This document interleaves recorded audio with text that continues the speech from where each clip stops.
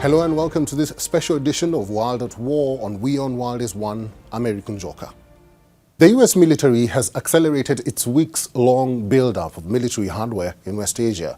That includes near-constant surveillance flights and dozens of C-17 and C-5 military planes dropping offloads of cargo at US bases across the region. The arrival of the Lincoln Carrier Strike Group, now in the Northern Arabian Sea, represents the most substantial shift in US military positioning in that region.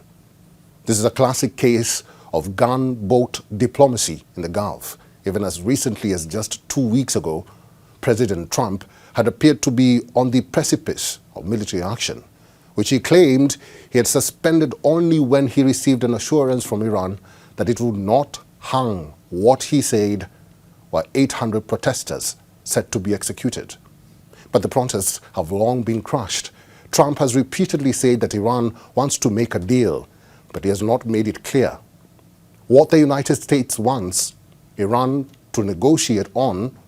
So how close is West Asia to another catastrophic war if Trump decides to pull the trigger? Our next report tells you more.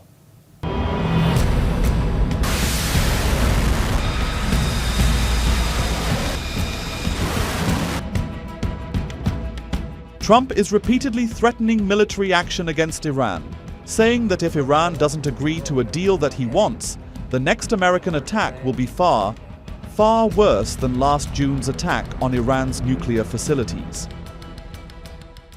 And in June, we obliterated Iran's nuclear capacity in Operation Midnight Hammer. You saw that. People have been waiting for 22 years to do that, and we were right at the end. They were about a month away from having a nuclear weapon. We had to do it. And by the way, there's another beautiful Armada floating beautifully toward Iran right now. So we'll see. I hope they make a deal. I hope they make a deal. They should have made a deal the first time.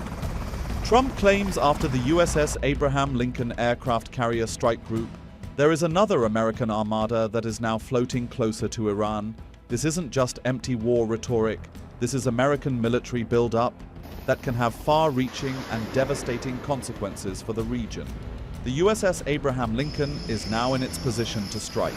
It has 3 guided missile destroyers along with the carrier air wing, which includes squadrons of FA-18E Super Hornets, the F-35C Lightning II, fighters and the EA-18G Growler electronic warfare jets. Besides this, the Americans also have 3 destroyers, the USS Delbert D. Black, USS McFall, and USS Mitscher, in the region separate from the carrier strike group. 3 littoral combat ships, USS Santa Barbara, USS Canberra, and USS Tulsa, based out of Bahrain, could be called upon for minesweeping duties. So how close are we to another devastating war in West Asia? Well, Iran says it wants to negotiate, but will do so only on fair terms. I should also state unequivocally that Iran's defensive and missile capabilities and Iran's missiles will never be the subject of any negotiations. I do not think any country is prepared to compromise with anyone over its own security and defense. The security of the Iranian people is no one else's business, and we will preserve and expand our defensive capabilities to whatever extent is necessary to defend the country. As I said, we are ready for fair and equitable negotiations. Preliminary arrangements for such negotiations must first be made, regarding the format of the talks, the location, and the subjects to be discussed. The European Union this week designated the Iranian Revolutionary Guards as a terror organization. The IRGC was established in 1979 by Ayatollah Ruhollah Khomeini and is the elite arm of the Iranian army. In Iran, horrific crackdown on protesters has come at heavy human cost. The EU already has sweeping sanctions in place, and today ministers agreed to designate Iran Revolutionary Guard as a terrorist organization. This will put them on the same footing with Daesh, Hamas, Hezbollah, Al-Qaeda. Those who operate through terror must be treated as terrorists. Ministers also imposed sanctions on those responsible for the brutal crackdown of protests, including the Minister of Interior. Repression cannot go unanswered. On the streets of Iran, the tension is palpable. The question simply boils down to this: will Donald Trump pull the trigger on another catastrophic war in West Asia? Or will better sense prevail?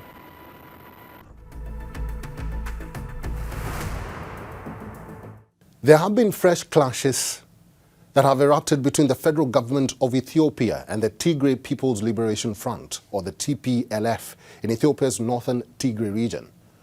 Several flights have been cancelled between Addis Ababa and other cities as fears of a return to full-fledged conflict rises. The civil war in Ethiopia, which started back in 2020, resulted in the deaths of thousands of people and displaced millions before a truce was eventually agreed in 2022. But that truce is now unraveling. There are now reports of pitched clashes between the Ethiopian Federal Army and the Tigray fighters in Njoka, in western Tigray. So why has the civil war in Ethiopia rekindled again? Our next report explains.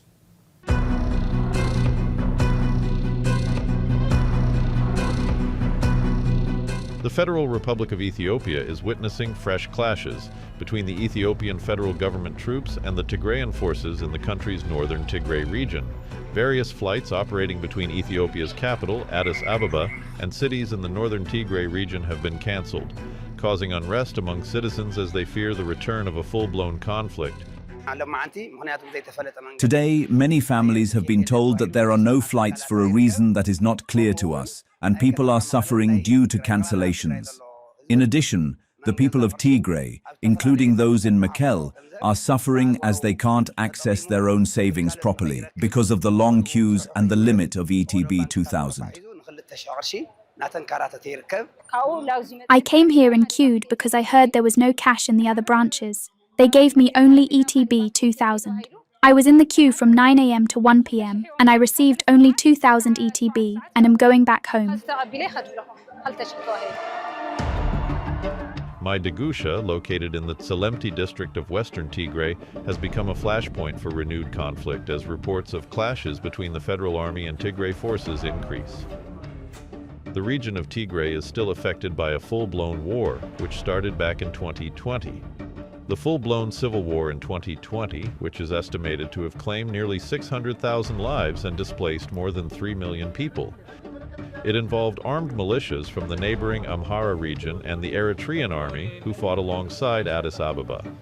During the conflict, forces from the Amhara region occupied the fertile areas of western Tigray, which remain a source of dispute, although the Ethiopian government said that the dispute would be settled through a referendum. Around 1 million people had fled the disputed area during the war, and thousands of them still remain in dire conditions throughout Tigray.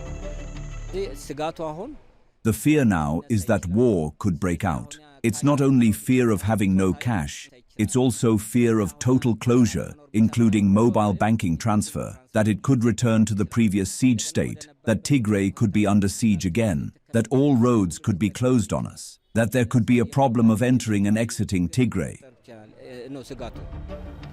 In 2022, the African Union brokered a truce between the government and the Tigray People's Liberation Front, also known as the TPLF, after having designated the TPLF as a terrorist group during the war.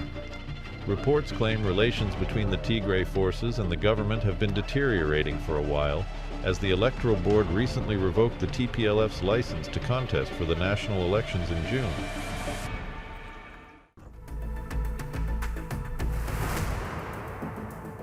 No work, no school, no shopping.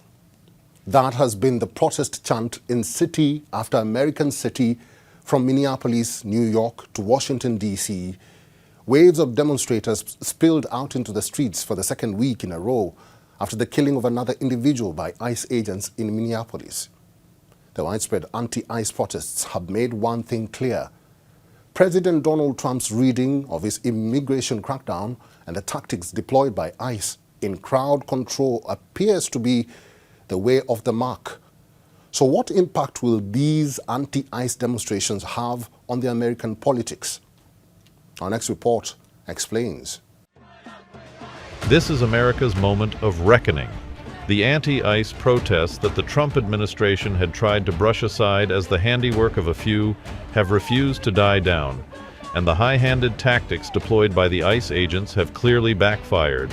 Instead of appearing strong against immigration, the anti-ICE protests have exposed Donald Trump as the chaos in chief in America, and what has clearly crossed the red line are the killings by the ICE agents. Firstly, of 37-year-old Renee Nicole, good and then of a nurse, Alex Preddy, in questionable and egregious circumstances. The question the American protesters are asking is, does the Constitution even apply on ICE? ICE and a litany of other forces have been unleashed as racist and inhumane weapons against our communities. We have seen our neighbors kidnapped off the streets, dragged out of their cars, out of their homes, out of their schools. Earlier this month in Minneapolis, ICE agents shot and killed Renee Good in her car, and just 2 weeks later executed Alex Preddy on the street for standing up to their brutality and intimidation. Shame! This chilling footage shows the confrontation between the nurse Alex Preddy and the ICE agents. The video shows Alex Preddy wearing the same outerwear he had on when he was killed. He can be seen shouting and spitting at a vehicle before kicking and shattering a taillight as it begins to leave the scene. Several ICE agents stop the SUV, get out and push Preddy down to the ground, as others fire tear gas into a crowd of protesters. Trump initially tried to dismiss Alex Preddy's killing by condemning him as an agitator and an insurrectionist, but that has not gone down well with the common American public after it emerged that Alex Preddy was shot dead when he posed no danger to anyone, and Trump has now gone into damage control mode. We're doing a big investigation. I want to see the investigation. I'm going to be watching over it. I want a very honorable and honest investigation. You can't have guns. You can't walk in with guns. You just can't. And you can't, listen, you can't walk in with guns. You can't do that. But it's just a very unfortunate incident. Yeah. Gregory Bovino, the face of Trump's ICE crackdown, has been shunted out his job. Bovino will return to his former job in California, where he is expected to retire soon. But this is what he had to say about the killing of Alex Preddy. During this operation, an individual approached U.S. Border Patrol agents with a 9mm semi-automatic handgun. The agents attempted to disarm the individual, but he violently resisted.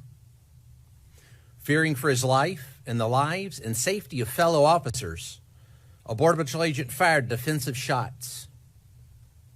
Medics on the scene immediately delivered medical aid to the subject, but the subject was pronounced dead at the scene.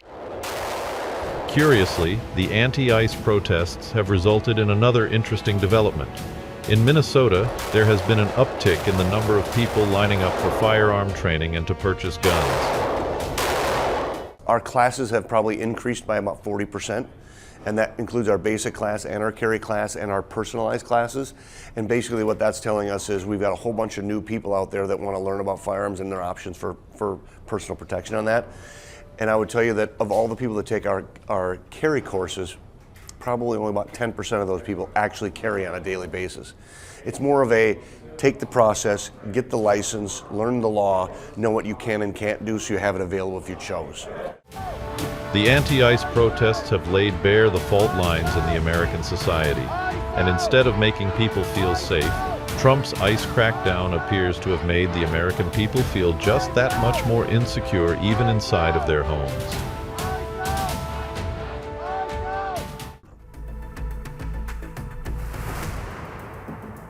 The president of Lebanon, Joseph Aoun, could be facing the most critical period of his one-year tenure in the coming weeks. as the commander of the Lebanese armed forces is set to visit Washington in February. This comes amidst increasing United States and Israeli pressure on Lebanon to continue the efforts to disarm Hezbollah. Meanwhile, Israel has continued to strike South Lebanon on what it claims are Hezbollah's and other militant infrastructure. As Hezbollah refuses to disarm to the north of the Litani River, an international conference is set to be held in Paris in support of the Lebanese army, who are clearly caught in the crossfire, and have accused the state of Israel that repeated attacks inside Lebanese territory is an attack on Lebanon's sovereignty and is also counterproductive in the Lebanese army's efforts to disarm the Hezbollah. Our next report tells you more.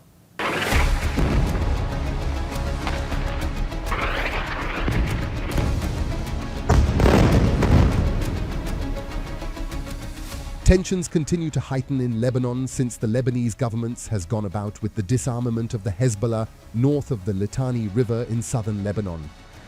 The commander of the Lebanese armed forces, Rodolphe Haikal, is set to visit Washington next week to present a plan for Phase 2 of Hezbollah's disarmament. However, Hezbollah chief has refused to disarm to the north of the Litani River, which flows in the south of Lebanon. The Lebanese president, Joseph Aoun, said that the army has secured the south and will continue to bring all arms in the country under control. Israel has kept up its regular attacks on Lebanon despite the 2024 ceasefire that sought to end more than a year of hostilities with Hezbollah.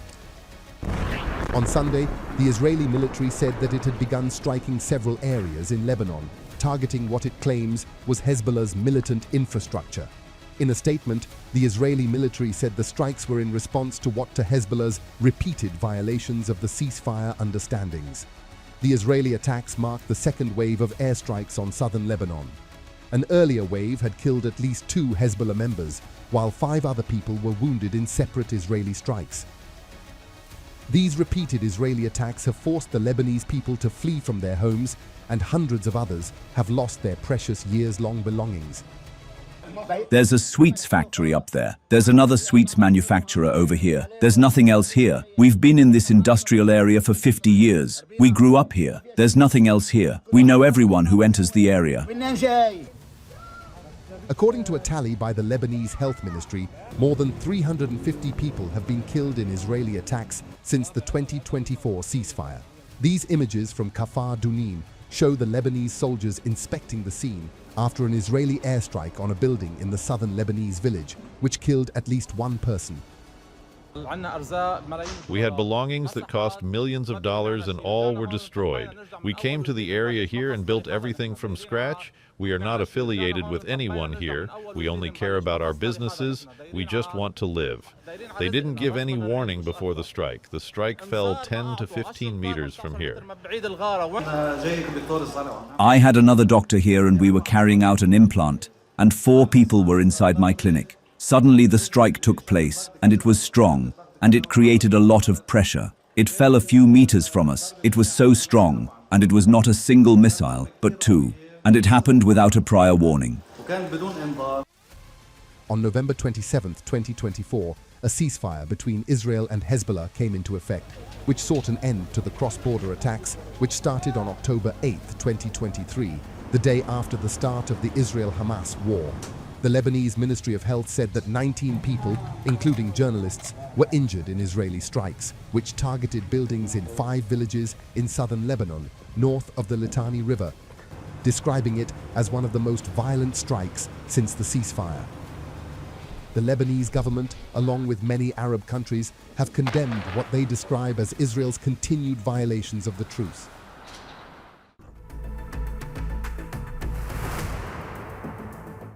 North Korea this week test-launched 2 short-range ballistic missiles. The missile launch happened just hours after Elbridge Colby, the U.S. Undersecretary of Defense for Policy, wrapped up his visit to South Korea early on the 27th of January and arrived in Japan. Seoul and Pyongyang have been on the edge of North Korea's accusation that South Korea intruded its airspace with drones in January and last September. According to the Japanese monitors, the North Korean missiles were fired from the Pyongyang area at about 4 p.m. and both traveled almost 350 kilometers before splashing down into the Sea of Japan. This is the second time since the beginning of this year that North Korea has tested its missiles. But what really has caused the tensions to show up in the Korean peninsula? Our next report tells you more.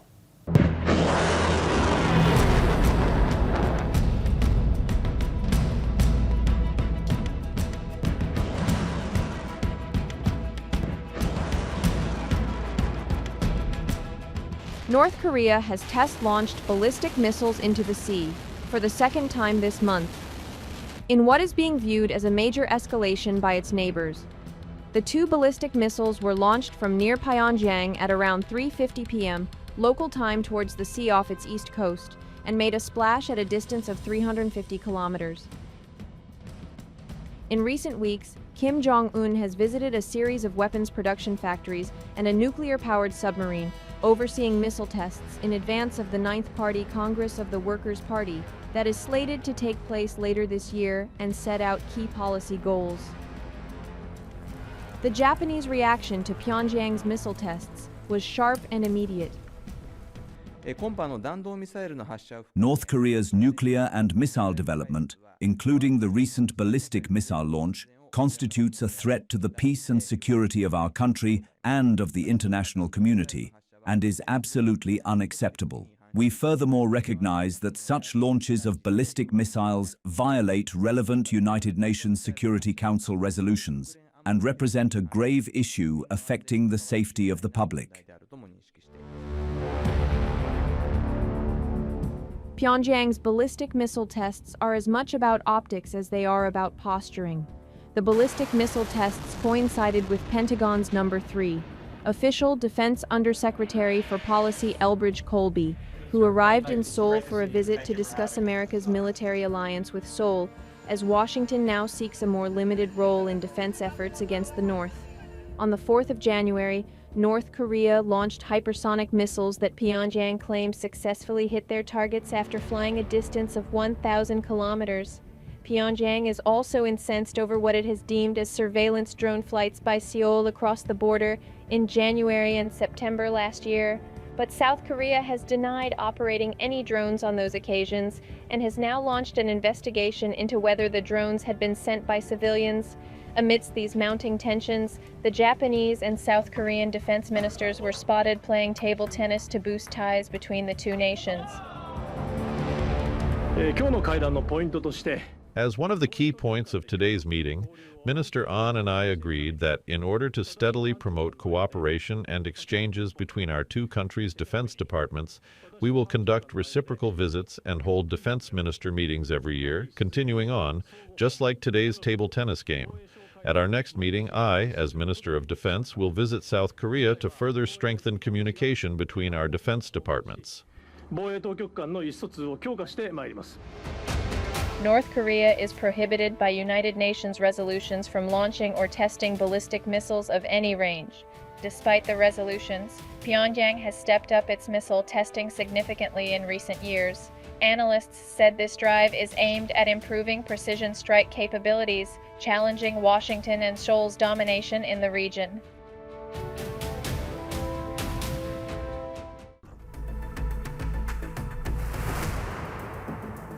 That's all the time we have in this edition of World at War. Thank you for watching. Stay with us. This is WION World is One.